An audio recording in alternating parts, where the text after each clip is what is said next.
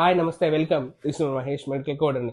చాలా మంది medical codings కోసం తెలియక, అప్డేట్స్ తెలియక, మెడికల్ కోడింగ్స్ ఎటువైపు వెళ్ళాలో, మెడికల్ కోడింగ్ రూట్ తెలియక చాలా మంది నాకు కామెంట్స్ పెడుతున్నారు.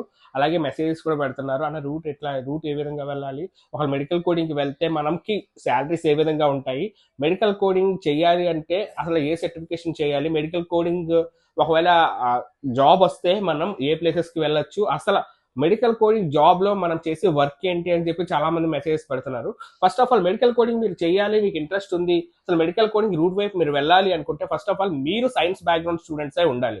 అది సైన్స్ బ్యాక్గ్రౌండ్ స్టూడెంట్స్ మీరు ఏ విధమైన సైన్స్ అనాటమికల్ స్ట్రక్చర్స్ మీకు తెలిసినా కూడా మెడికల్ కోడింగ్స్ వైపు మీరు వెళ్ళొచ్చు. సరే నాకు మెడికల్ కోడింగ్ స్ట్రక్చర్స్ నాకు ఐడియా లేదు, అసలు నేను బీటెక్ స్టూడెంట్ అన్నా, నేను నార్మల్ డిగ్రీ బీకామ్ బిఎస్ ఇది నార్మల్ బీకామ్ స్టూడెంట్స్ అన్నా అన్నప్పుడు మీరు బీకామ్ అయిపోయిన తర్వాత సైన్స్ బ్యాక్గ్రౌండ్ తెలియాలంటే సర్టిఫికేషన్ కోర్స్ అని సిపిఎస్ సర్టిఫికేషన్ కోర్స్ అనేది చేయాలి అని మీకు ఆల్రెడీ విషయం చెప్పాను. ఈ సిపిఎస్ సర్టిఫికేషన్ మీకు చేస్తే మీకు జాబ్ గ్యారంటీ. ఎందుకు అంటే ఒక్కసారి మీరు మెడికల్ ఫీల్డ్ అయిపోయిన తర్వాత మీరు ఎనాటమికల్ స్ట్రక్చర్స్ ఇవన్నీ intermediate BiPC are degree basis లో మీకు తెలిసిన తర్వాత మీరు జాబ్ లోకి ఎంటర్ అయ్యేది ఫ్రెషర్ గా ఎంటర్ అవుతారు. అంటే మీరు చేసే జాబ్ మీరు ఫ్రెషర్ గా ఎంటర్ అవుతారు. అక్కడ మీరు నేర్చుకోవడమే ఉంటది. ఎక్కడ మీరు చేసే ఫస్ట్ జాబ్ అది ఎటువంటి డిపార్ట్మెంట్ అయినా మెడికల్ కోడింగ్ లో అది ఫస్ట్ జాబ్ కాబట్టి మీరు చదివే చదువుకి మీరు చేసే జాబ్ కి రిలేటెడ్ గా ఒక 30-40% ఉంటుంది. అంటే మీరు నార్మల్ డిగ్రీ స్టూడెంట్స్ కూడా ఒకవేళ సర్టిఫికేషన్ చేసేసుకున్న తర్వాత ఈ మెడికల్ కోడింగ్ లోకి వెళ్ళొచ్చు.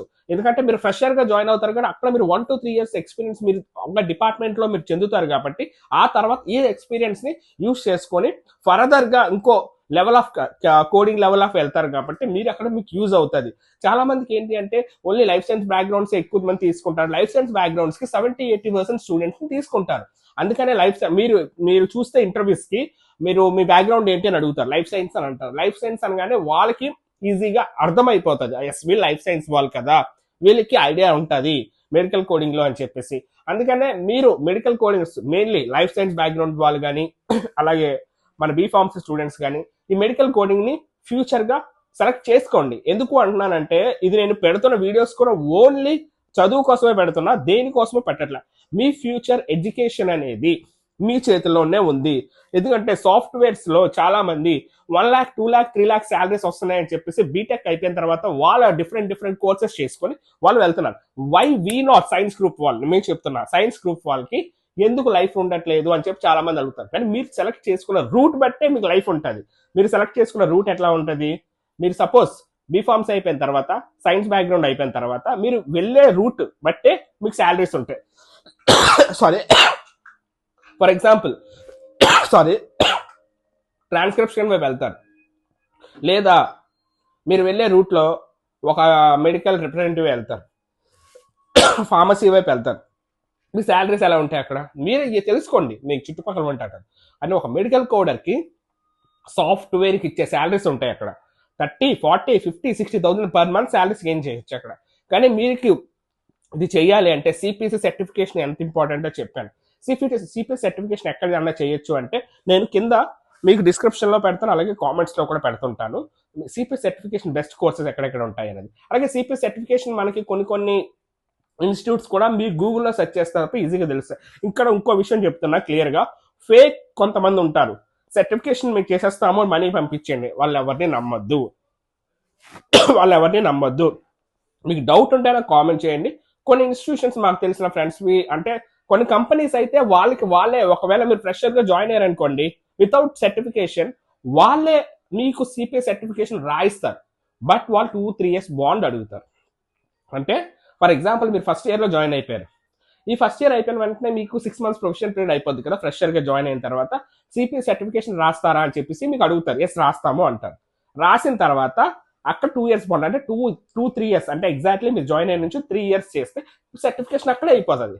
సో మీరు జాయిన్ అయ్యేటప్పుడే మీరు తెలుసుకుంటారు. సిపిఐ సర్టిఫికేషన్ చేసినాక మీరు జాయిన్ అయితే ఇంకా బెస్ట్, మీకు ఇంకా శాలరీస్ మీకు హైక్ 30-40,000 శాలరీస్ ఉంటాయి.